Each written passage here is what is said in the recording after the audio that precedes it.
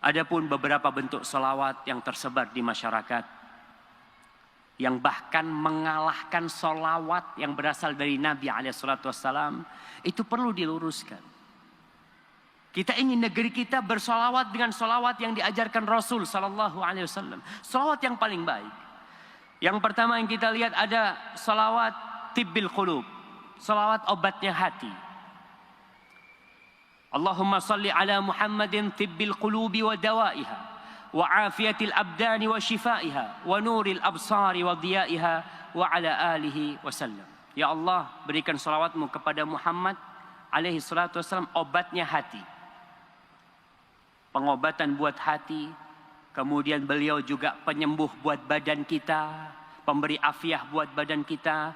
Beliau juga cahaya buat pandangan kita, buat keluarga, dan salam buat beliau SAW.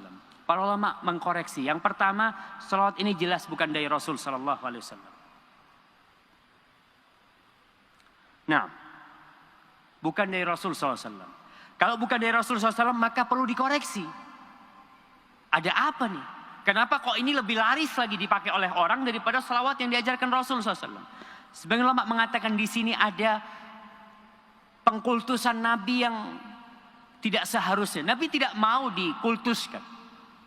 Posisi beliau adalah hamba dan utusan Allah sallallahu alaihi wasallam. Dikatakan di sini sebagai afiatul abdan. Nabi itu penyembuh badan. Nabi itu sebagai obat buat hati. Kita tahu Rasul sallallahu alaihi wasallam memang diutus rahmatan lil alamin.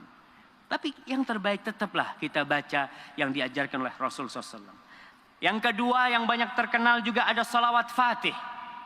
Salawat fatih ini yang diterima. Antum bisa baca nanti di situsnya sebuah tariqat yang disebut tariqat Tijaniyah. Tariqat Tijaniyah menulis di sana tentang asal muasal salawat fatih. Salawat fatih ini disebutkan bahwasanya guru mereka, Syekh At-Tijani itu mendapatkan lembaran dari Allah. Lembaran dari cahaya yang tertulis di situ salawat fatih. Subhanallah jamaah. Dan orang meyakini itu. Yang baca salawat fatih ini, di situs itu disebutkan tentang keutamaan salawat fatih ya. Bahwasanya yang membaca itu akan dilipat gandakan sebanyak 600.000 kali salawat untuk malaikat, untuk manusia dan jin. Dari awal diciptakan sampai akhir. 600 kali lipat dari jumlah mereka semuanya. 600.000 ya. Disebutkan di sana. Ya, apa masih ada wahyu yang disampaikan? Udah selesai. Nabi udah selesai tugasnya. Salawat mana yang paling baik yang dibaca ketika sholat. Tapi yang jadi masalah orang masih percaya. Salawat fatih ini Allahumma salli ala Sayyidina Muhammadin al-Fatih lima ughliq al-khatim lima sabaq nasiril haqqi bil haqqi al-hadi ila siratikal mustaqim wa ala alihi haqqa qadrih wa miqdarihi al-azim. Ini yang baca salawat ini dikatakan Nabi itu penutup, pembuka yang tertutup, dan beliau penutup untuk yang lainnya, beliau penutup para nabi. Oke, itu betul. Tapi yang jadi masalah apabila ini dikatakan secara mutlak Nabi yang menutup segala sesuatu, Nabi yang membuka segala sesuatu, tentunya tidak. Semua itu dengan izin Allah Jalla Jalla. Tapi tadi yang membaca salawat ini itu mendapatkan pahala 600.000 kali lipat. Kita yang tahu itu pahala dilipat gandakan jadi berapa? 700 kali lipat. Orang sedekah 700 kali lipat, wallahu yudha'ifu liman yasha, tapi Allah bisa melipat gandakan lebih dari itu. Nah, ini 600.000 kali lipat. Di riwayat lain dikatakan bahwasanya lebih baik daripada membaca Al-Quran 6.000 kali. Pokoknya yang bukan dari Rasul SAW akan mendapatkan masalah. Kemudian yang membaca salawat fatih ini tidak akan mendapatkan kemuliaan, pahala itu kecuali dengan 2 syarat. Disebutkan di situs itu. Syarat yang pertama, izin dari guru. Harus dapat ijazah dari gurunya. Kalau dapat ijazah dari gurunya, maka nggak boleh. Kenapa? Karena gurunya ini yang mendapatkan izin dari Allah langsung. Jadi harus ada izin untuk. Kalau antum nggak dapat izin, baca itu pahalanya tetap. Ini yang disebutkan di situs itu.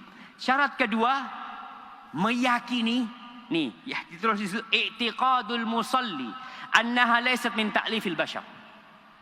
Berkeyakinan bahwa salawat ini bukan buatan manusia. Itu pemberian Allah. Wadzalika annal Qutbal Bakri radhiyallahu taala anhu tawajjaha ila Allah. Ini ceritakan bahwa gurunya itu mendapatkan ini dari Allah.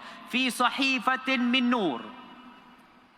Di lembaran dari cahaya tertulis dengan pena takdir. Salawat itu. Kita sebagai umat Islam, wahyu sudah selesai. Nggak ada lagi wahyu. Maka ini yang perlu kita jelaskan kepada umat. Yang ketiga, yang ke-8. Yang keberapa jemaah? Yang ketiga. Ini sebagai penutup ceramah kita. Ada yang disebut salawat nariyah. Coba dikaji kembali itu salawat nariyah. Orang mengatakan barang siapa yang membaca salawat nariyah 4.444 kali. 4.440 kali akan diselesaikan urusannya. Masya Allah. Dimudahkan semua perkara dia. Dari mana nih dapatnya? Dan jelas ini bukan dari Rasul sallallahu alaihi wasallam. Kemudian di maknanya bermasalah. Sebagian bisa memberikan Nabi hak yang tidak untuk Nabi sallallahu alaihi wasallam. Di situ ada tawasul dengan zatun Nabi alaihi salatu wasallam dan masalah bertawasul dengan zatun Nabi dengan zat Rasul sallallahu alaihi wasallam. Yang sahih tidak boleh kita bertawasul dengan amal soleh. Apa salawat nariyah itu? Allahumma salli salatan kamilatan wa sallim tasliman taman ala sayyidina Muhammad alladhi tanhallu bihi al-uqad wa tanfariju bihi al-kurab wa yuqda bihi al-hawaij wa tunalu bihi al-raghaib wa husnul khawatim wa yustassal ghamamu biwajhihi al-karim ala ali wa sahbihi adada kulli ma'lumin laka. Ini salawat nariyah.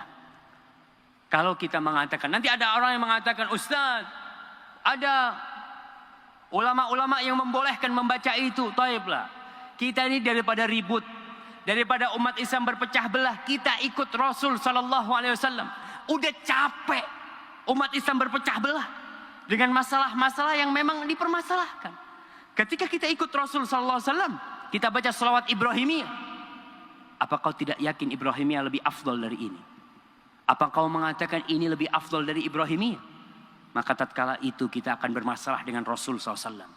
Nabi yang mengajarkan kepada kita salawat Ibrahimiyah. Kemudian datang sebuah salawat bisa dikatakan lebih baik daripada salawat Nabi SAW. Apalagi artinya tadi itu ya ada yang mengantarkan kepada pengkultusan Rasul SAW yang perlu dicermati. Hadza wallahu a'lam bishawab. Itu yang bisa saya sampaikan pada kesempatan kali ini. Kita masuk ke sesi tanya jawab. Langsung ini jemaah. Mana panitianya? Hah? Masya Allah. Bismillah.